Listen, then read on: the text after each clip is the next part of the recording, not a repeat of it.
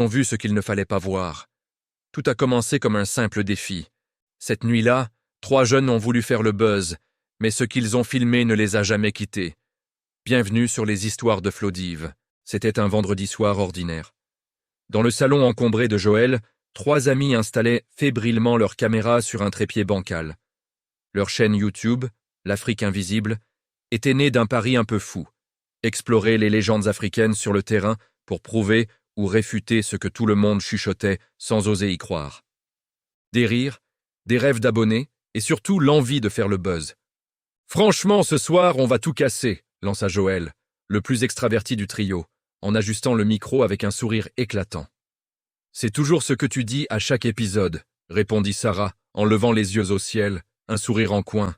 « Oui, mais cette fois c'est différent », insista-t-il, confiant comme toujours. Noé, lui, restait silencieux. Il testait les lumières, les doigts un peu tremblants. Le live commença. L'écran s'alluma. La petite lumière rouge de la caméra clignota. « Bonsoir la team », lança Joël, plein d'énergie. « Ce soir, on parle esprit, fantômes et toutes ces histoires qui font flipper nos parents. » Les commentaires explosèrent aussitôt. « Racontez celle du lac aux morts. Faites le totem de minuit. Et la dame du marché, vous osez ?» Sarah lut le dernier à voix haute. « La dame du marché, c'est quoi encore ça ?» Le chat s'enflamma. Des dizaines de versions défilèrent. On la voit à partir de 3 heures du matin, seule au marché. Si elle te regarde, ton reflet disparaît des miroirs. Elle attend quelqu'un, pour toujours. Noé pâlit. « Non, pas celle-là. » Joël éclata de rire. « Frère, arrête. Tu crois vraiment à ces trucs ?»« Ce n'est pas une histoire comme les autres, » murmura Noé. « Ma grand-mère disait que... » Il s'arrêta net. Les abonnés hurlaient « Raconte! Raconte !»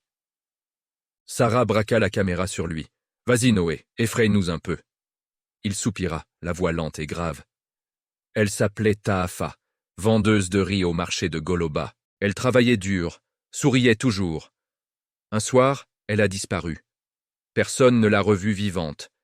Mais depuis, les gardiens jurent qu'à 3 heures du matin, une femme marche entre les étals vides. Elle ne parle pas. Elle regarde. Et quand on entend le tambour du marché battre 2 fois dans la nuit, c'est qu'elle s'éveille. Si tu restes après le second battement, tu la vois. Un silence lourd tomba dans le salon. Sarah allait plaisanter quand un bruit sec retentit derrière eux. Le second trépied, qu'ils n'avaient pas touché, gisait au sol. Joël sursauta. « C'est quoi ce bordel ?» Sarah se retourna, mi-amusée, mi-inquiète. « Tu l'as posé exprès ?»« Je te jure que non !» Le chat cessa de rire. Les abonnés sentèrent que quelque chose changeait. Sarah força un petit rire. « Bref, on va vérifier. » Joël bondit. « Exactement. Épisode spécial. La dame du marché. Légende ou réalité ?» Noé grimaça. « Vous êtes complètement fou. »« Oui, et c'est pour ça qu'on a des vues, » répondit Joël en riant. Le jour J arriva vite. Sac prêt, lampe frontale, caméra, batteries externes. Sarah testait les micros en plaisantant. Vérification. 1, 2, 3. Si un fantôme est là, qu'il se manifeste. Joël pouffa. Noé, lui, serrait les dents. Les gars, je vous préviens, si on entend des tambours, on sort direct. Le seul tambour qu'on entendra, c'est mon cœur, lança Joël. Ils montèrent dans la vieille voiture de Joël à 2h30. Direction Goloba. Les rues étaient désertes. Pas un chien, pas une musique, juste le vent qui soulevait les sacs plastiques comme des fantômes de plastique. Plus ils approchaient, plus l'air semblait lourd, épais. « Vous sentez ?» demanda Noé. « L'air est différent, » admit Sarah.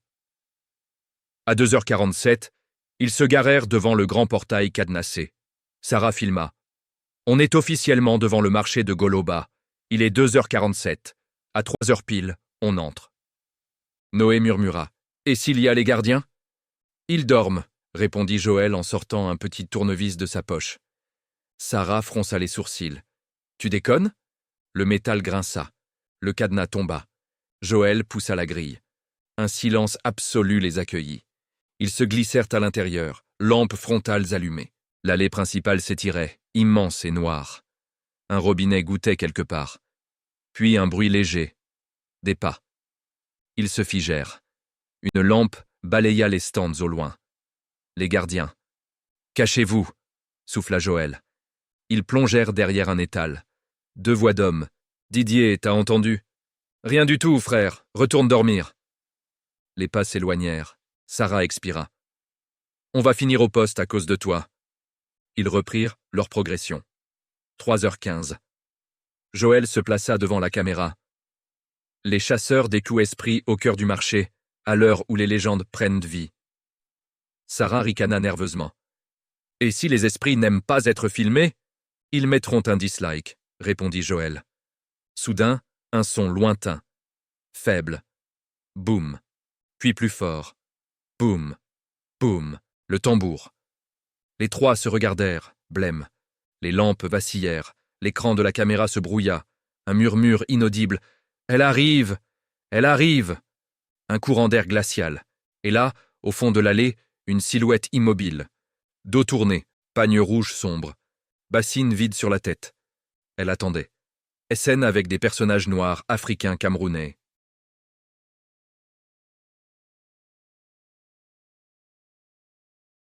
C'est... quelqu'un? Bras.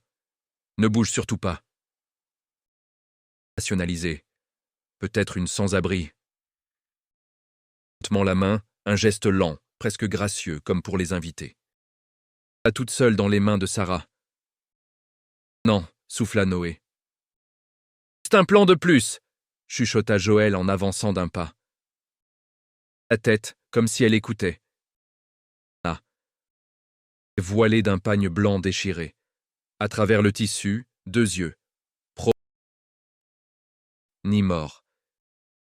Écorché, couvert de poussière ancienne. Doigt vers eux. Enfantine résonna, venue de nulle part. « Vous l'avez regardé !» Cri. Caméra et courut. Tous les 3, trébuchant sur les étals renversés. La grille claqua derrière eux, toute seule. Joël démarra en trombe. La silhouette rouge restait là, immobile, à les fixer. Sentit une dernière fois. Puis, plus rien. Joël, ils branchèrent la caméra, le cœur au bord des lèvres. Bien plus que ce qu'ils avaient vu. Derrière la dame, des formes floues, des visages sans yeux qui regardaient droit dans l'objectif. De tout ça sur place, murmura Noé. Ah, ils arrêtèrent tout net. Les phénomènes commencèrent. Elle écarta son rideau. Un pagne rouge glissait seul dans la cour. Il y a en sursaut. Une femme se tenait dans son salon, bassine vide à la main. Quand il cligna des yeux, elle avait disparu. Une vidéo qu'il n'avait jamais tournée. Lui, endormi. Une ombre penchée au-dessus de son lit.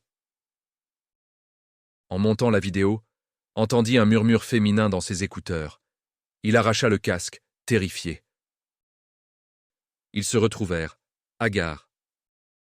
Une marque sombre sur son bras, comme une brûlure. Sa visite chez le vieux devin Mbani. Elle vous a marqué. Miroir d'eau. Il avait vu le visage de Taafa devant le sien. Ah, on la rend, avait dit le vieil homme. Maman Gabriella, dernière amie vivante de Taafa. Vérité que les légendes avaient adouci pour protéger les enfants. Taafa n'avait pas disparu. Lynchée par jalousie, accusée d'empoisonner son riz, battue à mort sur le marché même. Elle avait juré revenir à l'heure où le monde dort, marquer ceux qui la verraient, leur prendre leur liberté. Mais vous l'avez liée à vous pour toujours. Instruction, ils retournèrent au marché à 3 heures, sans caméra. Calebasse d'eau, bougies. Face sans défi, juste avec respect. Brûlure s'effacer.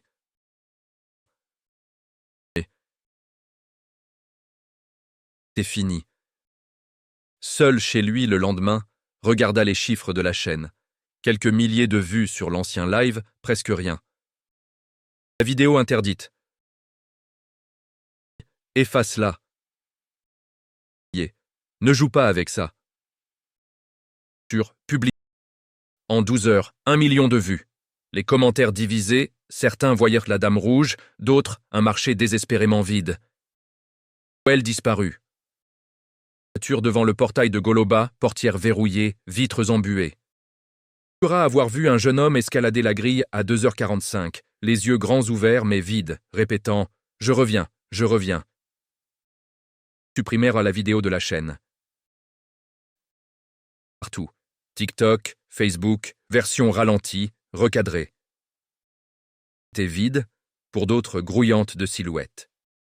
Voir, c'est parfois s'exposer à ce qu'on ne devrait jamais voir. Les passées ne meurent pas. Elles attendent l'heure où le monde dort, et celles et ceux qui osent les regarder. Restez jusque-là. Dites-moi en commentaire quelle partie vous a le plus glacé le sang. Abonnez-vous, on se retrouve samedi prochain à 18h15 pour une nouvelle histoire. Bonne nuit. N'aime pas être réveillé.